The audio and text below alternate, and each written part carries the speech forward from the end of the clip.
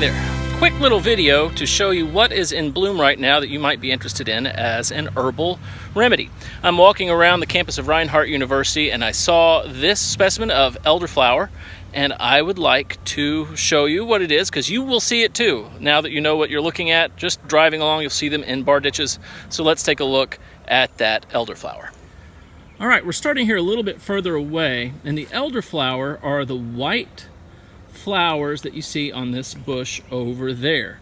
I started from this kind of far out view, and we will take a step in. I'm gonna have to be a little bit careful here. This is kind of uneven ground. It may have some holes and such. So coming in close to see these elderflowers. They grow, so these buds have not opened yet, but you can see back there, and right there's a little bit that are open.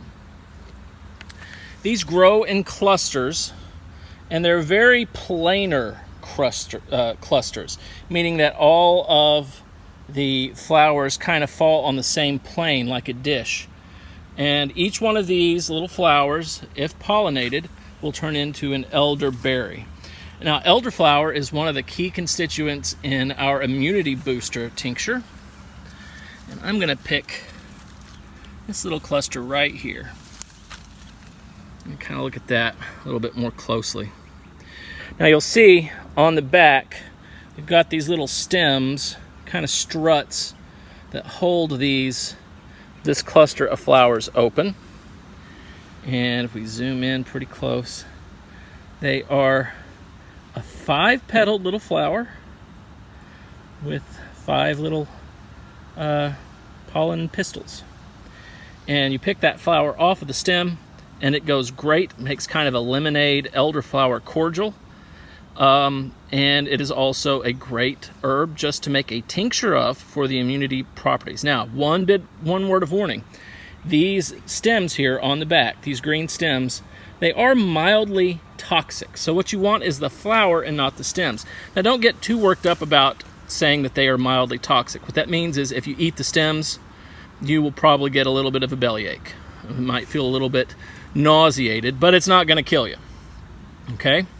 Now, the thing with these elderflower bushes, and let's look a little bit more closely so you can kind of identify them if that's what you think you're looking at. They have these compound, well, maybe not compound leaves, but they're opposite leaved. Yeah, I'm gonna have to say that's a compound leaf. Compound opposite leaf, usually 5 to 7, sometimes 9 leaves on it. So we have 2, 4, 6, 8, 9 on this one. And they grow typically in places where you're also going to encounter blackberries, and that can make them kind of hard to get close to. And if you keep your eye on them and try to wait to harvest the elderberries once they are set and ripened, well, you're going to run into another problem. Because in Georgia, most places where elderberries grow natively, so does kudzu grow. Maybe not natively, but it grows, and it grows, and it grows. And as many times as I've found a nice cluster of elderberries, bushes, elderberry flowers in bloom, and tried to come back to them to look for the berries, I never can get to them. They're always covered over in kudzu, and I'm not even sure that the berries actually make.